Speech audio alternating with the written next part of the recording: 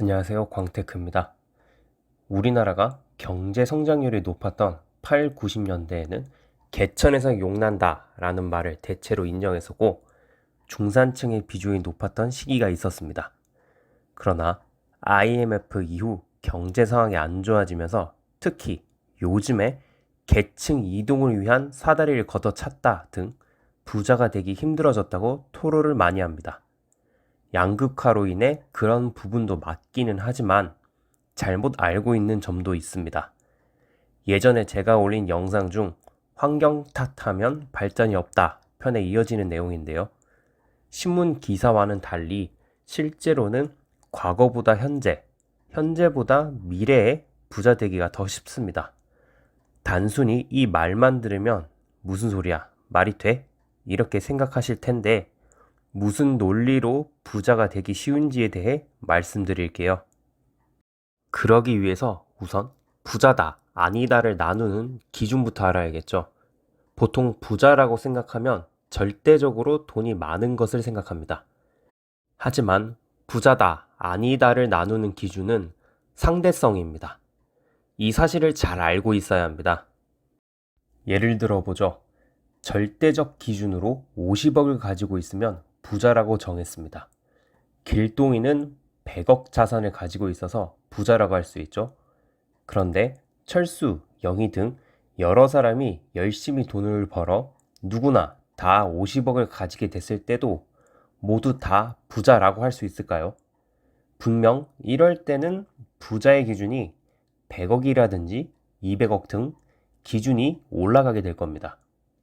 과거에는 100만 달러를 가지고 있으면 부자라고 했지만 요즘에는 100만 달러라는 돈이 여전히 큰 돈이긴 하지만 부자라고는 안 합니다. 왜냐하면 인플레이션 때문에 100만 달러를 가진 사람의 수가 많기 때문이죠.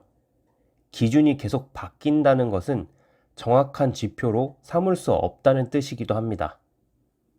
이번에는 상대적 기준을 정했다고 볼게요. 길동이는 100억, 민수는 80억, 영희는 60억 등 이렇게 재산순으로 나열하였습니다.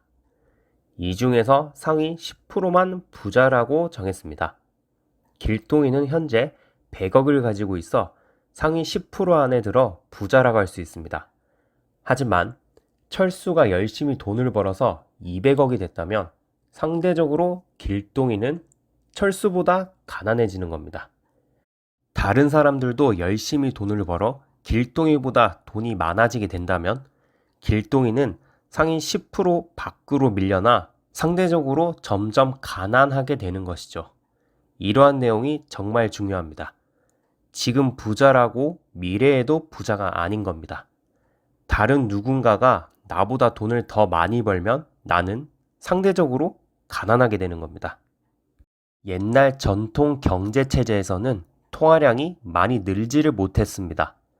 길동이가 돈이 별로 없는 상태라면 부자가 되기 위해선 다른 누군가의 재산을 약탈 등으로 뺏거나 통화량이 늘어난 부분에 대해 가져와야 하죠. 약탈을 제외하고 부자가 되는 방법은 통화량이 늘어난 부분에 대해 차지하면 되는데요. 하지만 통화량 증가량이 적으니 늘어난 부분에 대해 차지하더라도 부자 되기가 어려웠습니다.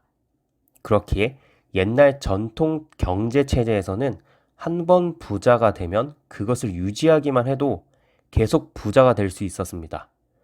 그래서 부자의 순위가 잘 바뀌지 않았습니다. 그러나 현대의 경제는 해마다 돈의 양이 많이 늘어나는, 다른 말로 통화량이 많이 늘어나는 시스템을 가지고 있습니다. 그렇기에 부자를 유지하기 위해선 현재 가지고 있는 돈에서 새로 발행되는 통화량의 일정 부분을 가져와야 부자 지위를 유지할 수 있는 겁니다. 조금 전에 부자는 상대성이라고 말씀드렸죠. 내가 지금 100억 자산을 가지고 있더라도 만약 통화량이 1조 원이 증가했다고 볼게요. 통화량이 증가하기 전에는 부자였지만 새로 발행된 통화량에 대해 내가 가져오지 못하고 다른 사람이 증가한 통화량 부분을 가져가면 어떻게 될까요? 증가한 통화량 부분을 내가 가진 재산보다 더 많이 가져간다면 다른 사람이 나보다 상대적으로 재산이 많아지고 내 재산은 상대적으로 적어지기에 가난하게 되는 겁니다. 지금은 내가 부자가 아니더라도 새로 증가하는 통화량에 대해 차지할 수만 있다면 부자가 될 수 있는 겁니다. 원리는 간단하죠. 그래서 통화량 증가가 많은 오늘날에는 부자 순위 변동이 자주 있는 겁니다. 과거부터 지금까지 통화량 증가 그래프를 보도록 하겠습니다. 그래프 곡선이 지수적으로 상승함을 알 수 있습니다. 절대적 통화량 증가는 과거보다 현재로 올수록 많아진다는 것을 알 수 있습니다. 그러면 현재보다 미래의 절대적 통화량 증가가 더 많을 확률이 높다는 것을 유추해 볼 수 있겠죠. 이러한 사실을 근거로 통화량이 많이 늘어난다는 것은 내가 통화량 증가 부분에 대해 가져올 수만 있다면 과거보다 부자 되기가 쉬워지는 것이죠. 그래서 제가 처음에 말한 과거보다 현재, 현재보다 미래에 부자 되기가 쉽다라고 말을 한 겁니다. 아는 만큼 보인다 라는 말이 있죠. 투자의 세계에서 또한 마찬가지입니다.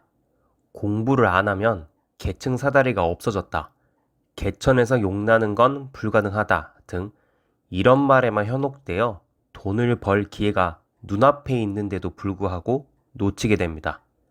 지금도 기회는 계속 있습니다. 기회가 없다고요? 그거는 당신이 공부를 안 해서 없는 것처럼 보이는 겁니다. 제가 단언컨대 이렇게 얘기했다고 버럭하시는 분은 계속 현재처럼 살거나 남들보다 뒤처져서 더 가난하게 살 겁니다. 현재가 불만족스럽고 지금처럼 살고 싶지 않다면 지금 당장 투자 공부하세요. 어느 정도 경지에 오르면 기회가 눈에 서서히 보이기 시작합니다. 산 밑에서 세상을 봤을 때의 모습과 산 정상에서 세상을 봤을 때의 모습은 천지차이입니다. 아는 만큼 기회가 보입니다. 지금까지 광테크였습니다. 감사합니다.